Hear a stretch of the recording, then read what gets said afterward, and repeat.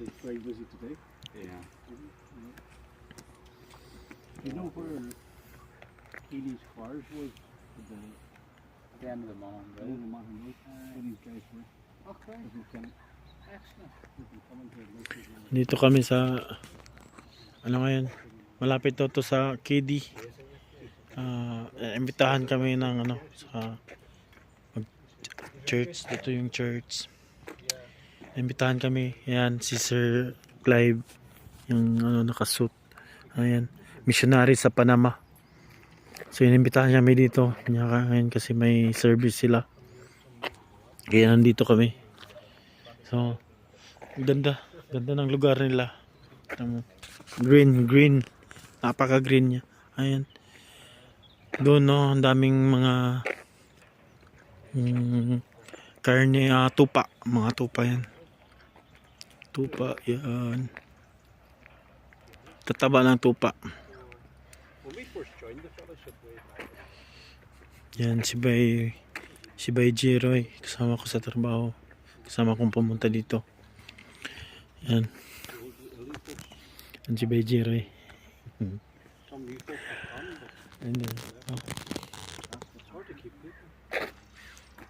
So the faithful ones are there. Most of the ones that are there now are there from then kami sumakay kanina. majority of them probably. Yeah. You know, like so Willie Dugan passed away. And missionary siya sa Panama, si Sir Clive. Ayan, imbitahan kami dito. Kasama namin sa church.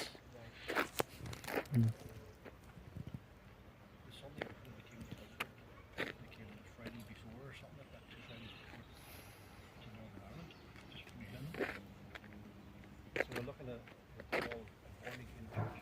So we came up with Alfred Sunday outside.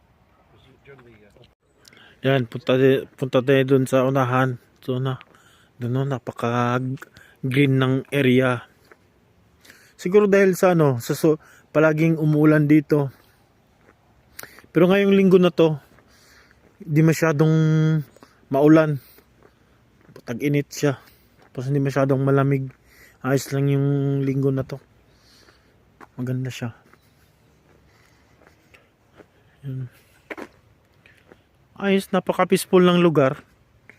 Pero pumunta lang kami dito para sa ano, may service dyan sa simbahan. Yan, dyan. May service mamaya. Inaimbitahan lang kami. Yan o. Mga farm siya.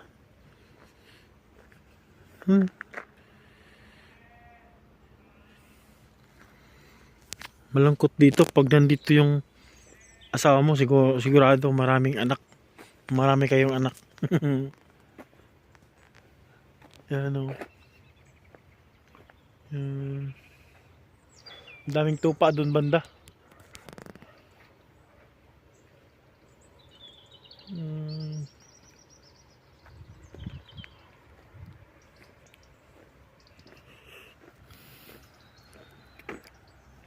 Parang probinsya na rin talaga.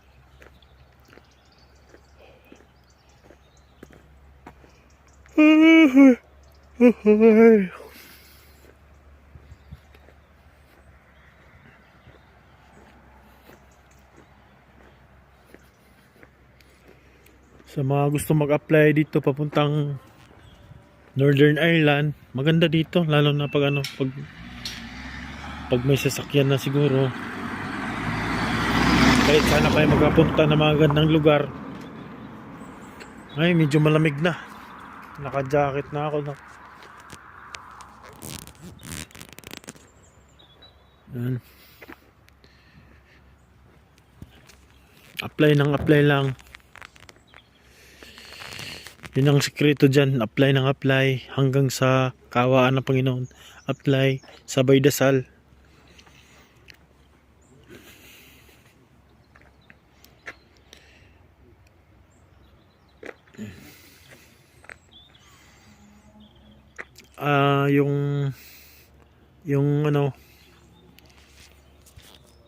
yung tawag dito, yung agency namin, Finway Ano siya, nakita ko lang siya sa Facebook. Yung Finway. Yung sponsored na ads. Tapos, nag-try lang ako mag-apply. Ay, dumating. Nag-try lang ako mag-apply. Tapos, nag-reply. Ayun, may interview. Sa nakapasa. Mga 6 months din yung inabot na processing. No? Ang binayaran lang namin yung visa. Yun lang ang binayaran namin, visa. Visa processing ng mga 693 real. Tapos yung ticket namin, deduction, salary deduction. No, ang binayaran muna ng company. Tapos salary deduction. Yung iba pagdadaan ka ng agency, binabayaran nila nagbayad sila sa agency ng mga 800 8,000 pala, 8,600. Yun nagsabi sa akin yung nakasabayan kong dumaan sa agency. Yun yung nabayaran niya sa agency. Tapos siya pa yung nagbayad ng process ng visa nila. Kaya magkaayos din. Ang lang, kasi siguro sa OWA, nakalista sila sa OWA, siyempre dumaan sila ng agency. Tapos kami, para cross country yung sa amin eh. Kaya hindi kami dumaan ng agency sa Pilipinas o dito dyan sa Qatar na kilala ng POA. Ang daw, pag magbakasyon, pupunta ka sa embassy or pulo OWA, sa OWA, at doon ka magpa-verify ng contract para makabalik ka dito pag sakali magbakasyon ka. Kaya yun ang gagawin ko pag magbakasyon na. Tagal pa naman yun, mga sa sunod na taon pa. Kaya magpa-verify contract doon someday. Malamig na ngayon, medyo malamig na.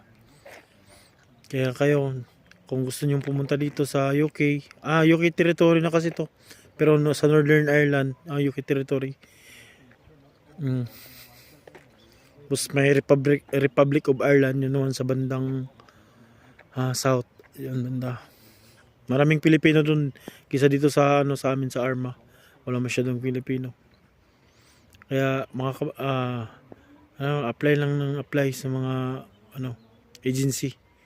Sasabihin ko susunod kung ano mga agency na maaring a-applyan nyo papunta dito sa UK. Salamat po. Please subscribe po para makaabot man lang ng 500 na subscriber. Salamat po. Ciao.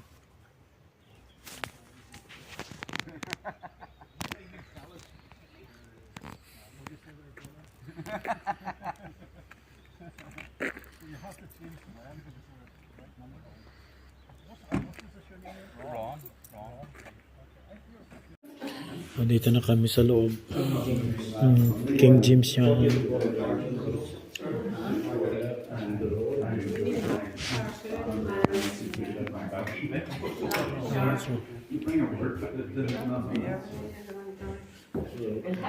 Sa harvest. Sila sa harvest nila. Parang Thanksgiving ng harvest nila. Kaya may mga fruits. Sila. Kahit ano ng mga fruits.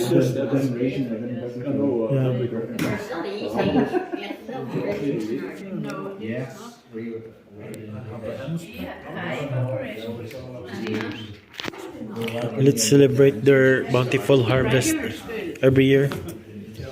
That's the speaker. Thank you, Lord. Thank you, Lord, for the bountiful harvest. Bless us. Bless them, Father God. Fresh pa kayang cauliflower. Yan si Pastor Jeroy.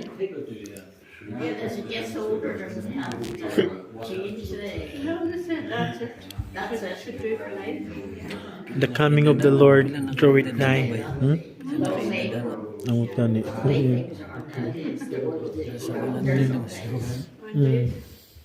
Halos na mga matanda din mga katulad din sa kabila na World War III could start.